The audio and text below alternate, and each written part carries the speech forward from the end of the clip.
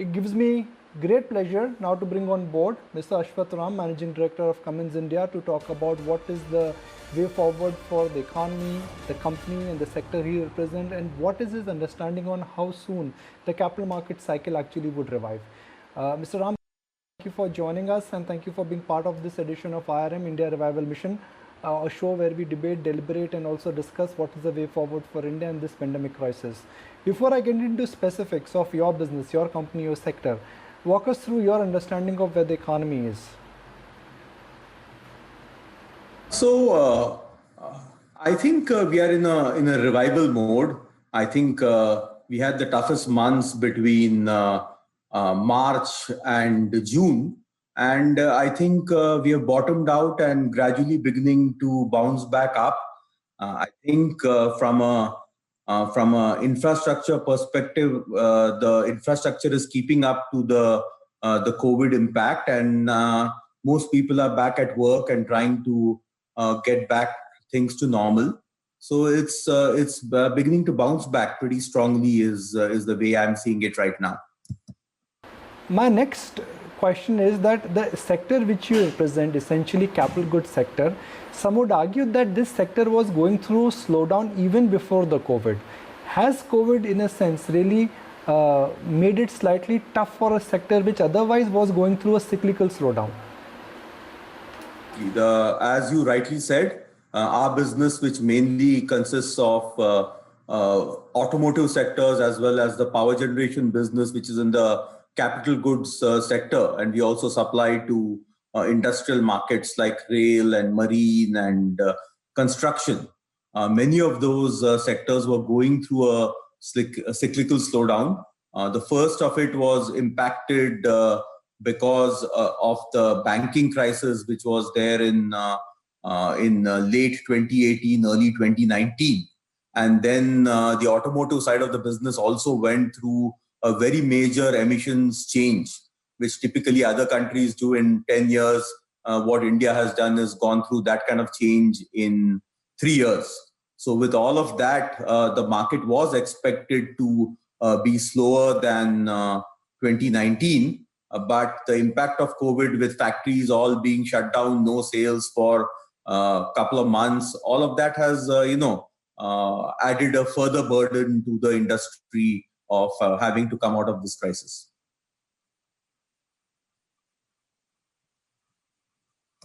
Okay.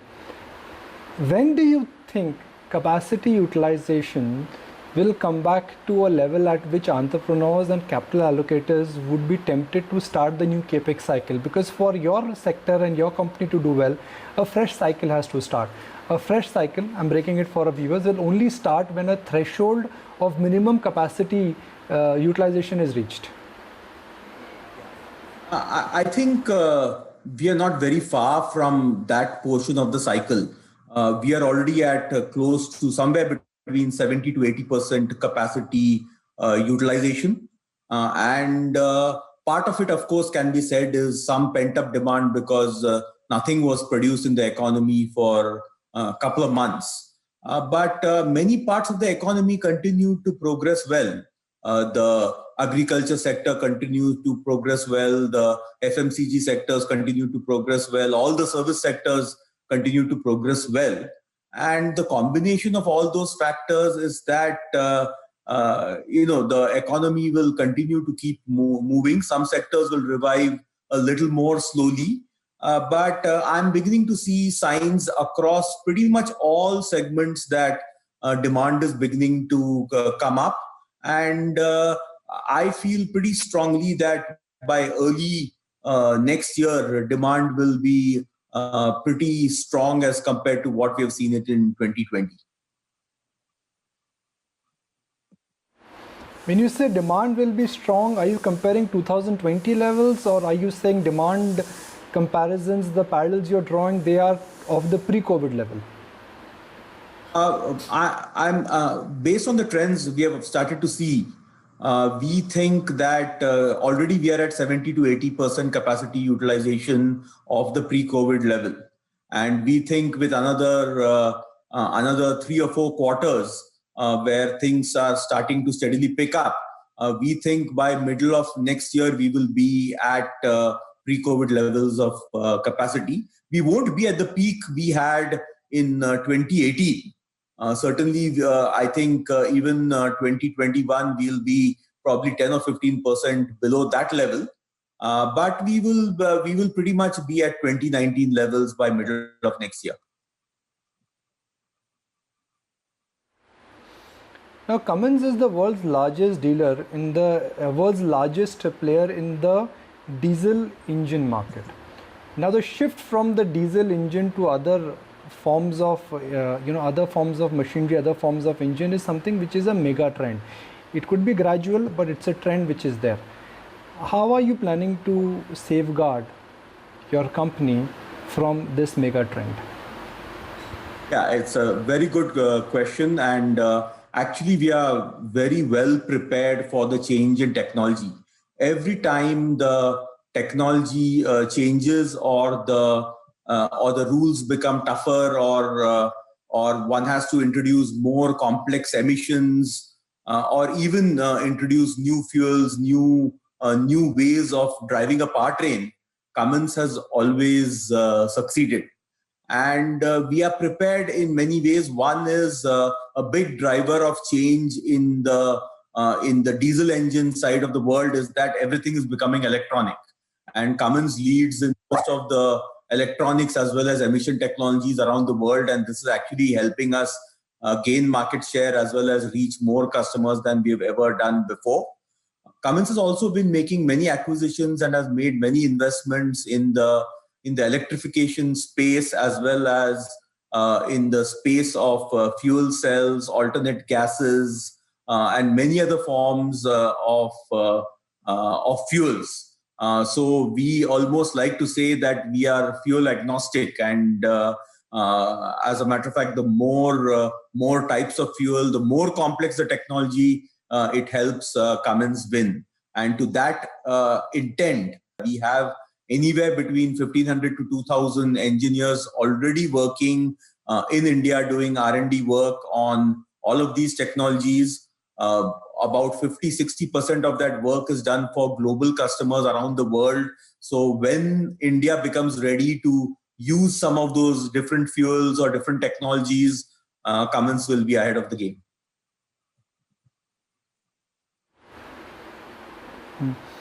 What about your global competitiveness? Because fuel cell is not the area of strength. Diesel engine is something where you mastered it. You almost had a monopoly status because of your vintage and because of your technology. Globally in fuel cell business, in the new technology, you'll have to compete with completely different, different set of customers and a different set of different set of consumers and a different set of competition. Right. And I think we are very well suited to do that. It's because of four things.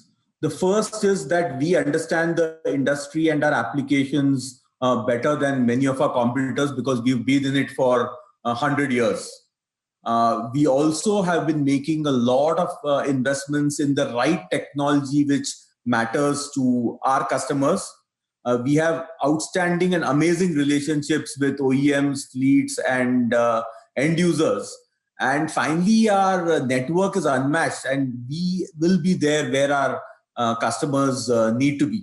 So it's a combination of making the right investments, having the scale of reach, having the best type of customers, and again, continuing to be a market leader in the technology even as we get into the newer technologies. So I think a combination of those factors is why we are very bullish on the new technology, and we will be ready to stand toe to toe to fight with the best in the world and do better.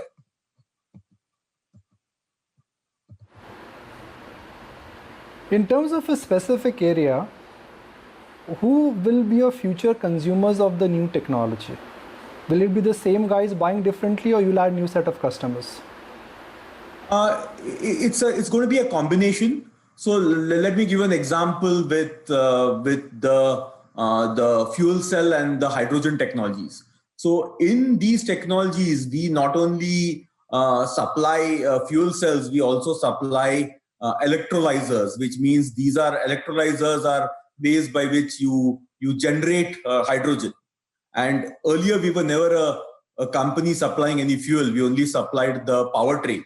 So the certainly the fuel cell along with the can be used in the powertrain. So those customers where we supply the diesel engine as a powertrain can now use the fuel cell and the associated motors and all that hardware.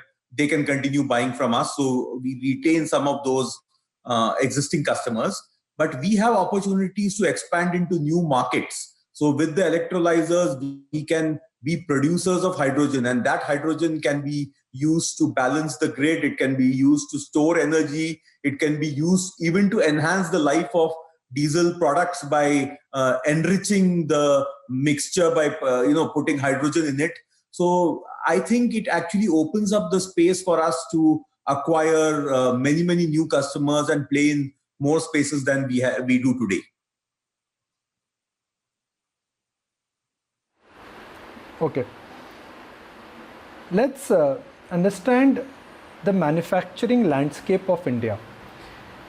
Somewhere India has not been able to emerge as a big powerhouse in the manufacturing space. I know Cummins has some presence in the export, but some would argue, looking at your technology, availability of skilled engineers here, availability of talent, why is that Cummins has not been able to scale up the export business the way it was viewed or the way it was envisaged a couple of years ago?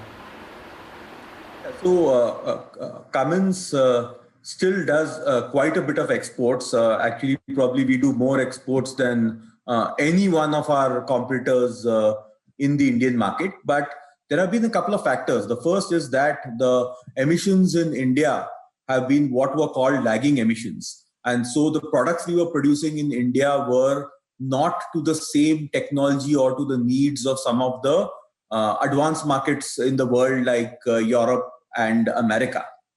As a matter of fact, with BS6 coming in and with the technology moving to CPCB 4+, which is equivalent to EPA Tier 4 in North America, we think that many more doors and more opportunities will open up for us. And certainly we have made a lot of investments in India based on that optimism. And we are confident that in the future we should be able to capitalize those investments as well as grow the exports from where they are today.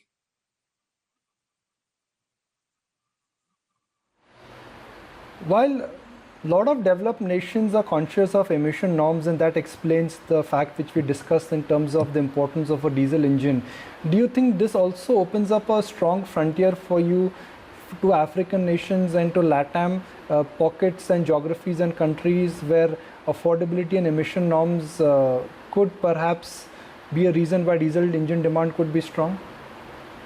Absolutely. And we certainly believe that as diesel technology slowly migrates towards electrification and the hydrogen economy, we think this cycle could be anywhere between a 20 to 30 year kind of cycle. And during those 20 to 30 years, demand will actually go up for quite some time before it goes down, as there's likely to be quite a bit of consolidation happening in the market. And the people with the most amount of technology, the widest range of products, the greatest reach, are likely to become the consolidators. And certainly Cummins wants to be one of those major consolidators. We already supply to 120 countries around the world. So we have a large presence in Africa, in the Middle East, in Latin America, and some of those lagging markets. And yes, we are confident that demand in some of those markets will grow over the next 10 or 15 years as the other portion of the world slowly migrates to some of the newer technologies. But in India, do you think adaptability of diesel is going to be a challenge? I keep on asking this very simple question to myself, Mr. Ram, that I cannot imagine India will have no combustion engine, because fuel is one category from where government gets the maximum taxes. So I just cannot imagine that you don't have a combustion engine or petrol station in India. Yeah, so which is why we don't believe that this is going to migrate as quickly as some people have been saying. India, for example, does not have lithium ion, and so all you would do if you were to go from diesel to battery is migrate from one imported source to another imported source, and that to a source which is controlled by a country that's not too friendly with us at this stage. We certainly believe that even the technology is not ready or going to be ready for commercial applications for quite some time. And the way we see migration happening is first going to start off with two-wheelers and smaller vehicles like three-wheelers, and then gradually migrate to buses and some of the intra-city kind of applications before it goes into much wider ranges. So there is quite some time before it is all going to just go away. And there's a huge amount of investment to be done in infrastructure. And as you know, with all the crises we are facing as an economy, I don't think the government has so much money available to make all those infrastructure investments at this stage. So it's likely to get pushed out even further than what we have been thinking in the last few years.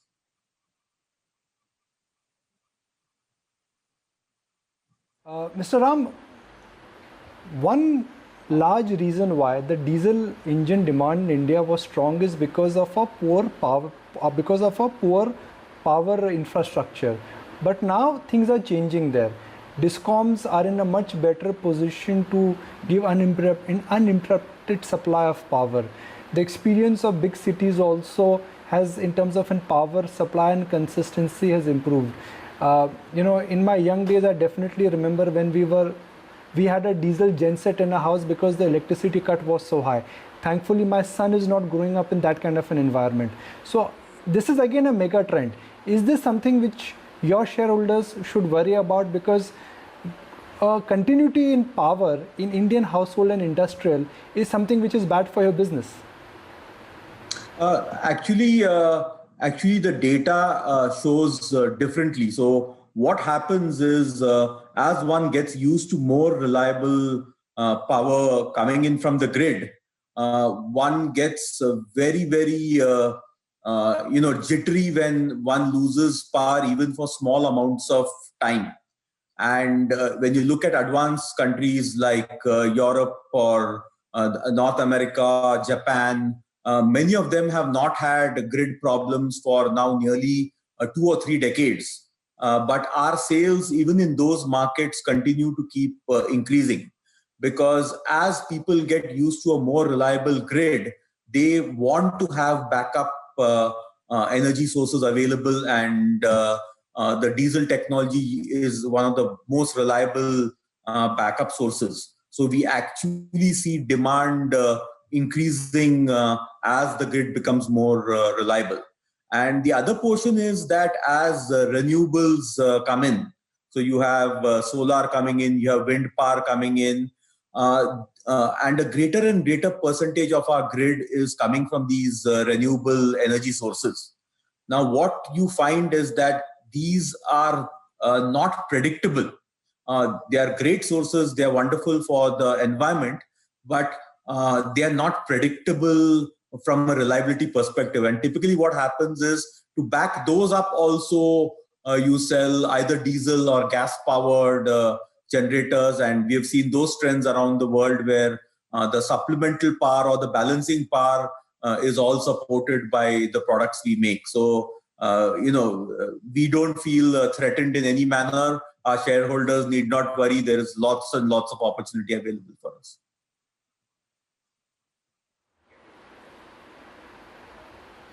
Well, the world is split into two companies, those who are digital ready and those who are not digital ready. How is Cummins ensuring that they are digital ready? Because for a company which essentially is a engineering success, a company which is in the diesel manufacturing, how are you adopting digital technology and digitization of products as well as processes? Right. Again, a very good question. If you look at the diesel engine of today versus a diesel engine we used to sell even 5 years ago in India, you will see that the new diesel engine has significant amount of electronics and software. It's actually a computer which is running some mechanical parts and not the other way around. So you have ECMs, you have a whole bunch of software which is looking at emissions. We have a after treatment system, which is basically a small chemical factory which sits at the end of the engine, which is also controlled completely by software and which monitors all the emissions coming out of the tailpipe. So, and all of this is tied in together with digitally by software and hardware that we ourselves design and produce. Okay, just before I wrap, Mr. Ram, last 5 years, some would argue that they have been challenging. Business globally and locally has not grown at a rate at which a lot of companies had projected because of a cyclical slowdown in capex. On top of that, you have a disruption which is happening in terms of technology and also the relevance of diesel engines. Next 5 years, for Cummins, how will they be radically different? Yeah, so there are a few areas by which we think it's going to be radically different. One is emissions continues to get tighter. India has signed the Paris Accord, and nations around the world are tightening the emissions to protect their people from particulate matter, from NOx, from carbon monoxide, etc. And that portion of our business is going to go through literally a revolutionary change. The engines are becoming a lot more complex. There is a lot more technology being added into those engines than ever before in our history. And this allows us multiple benefits. One is it allows us to gain market share because we have more technology which is implemented than any one of our competitors around the world. Second is it allows us to vertically integrate and do more value addition. Earlier, you were selling a mechanical engine with very basic after treatment. Now we are selling a complete after treatment system, adding that onto the engine and integrating all of that, which means not only are we gaining market share but we are growing the pie itself is growing, and we are growing our share in the pie. The second big aspect is what we spoke about earlier is consolidation is happening, which means because Cummins has a very, very wide range of products available for a huge bunch of applications, and the change in technology is happening at such a rapid rate, not everyone is going to be, it's not economical for everyone to continue to keep making investments in this technology. They need to keep making investments in other technologies which are more relevant to their businesses. And this allows us the opportunity to consolidate, to have more partnerships, have more customers, and keep growing. We did speak about the export side, where because now we are no longer just a lagging exports nation, we are a leading emissions nation. It opens up more opportunities for exports as well. And Cummins has already made a lot of the capex investment it needs for the next 5 to 10 years has already been made earlier. So it has very limited risk of having to make more capex investments in the future, other than for introducing new technology. So a combination of all of these factors, and the fact that we continue to be hungry and focused on customers and continue to be successful around the world, I think holds well for us in India as well to keep getting more growth than what we have gotten in the last 5 years. Well, Mr. Ram, really appreciate your time. Thank you for joining us. And I certainly hope to see much more of you going forward. Stay safe, and once again, appreciate your time. Thank you. That's this edition very nice of talking to you. India Revival Mission. Thank you for watching the show.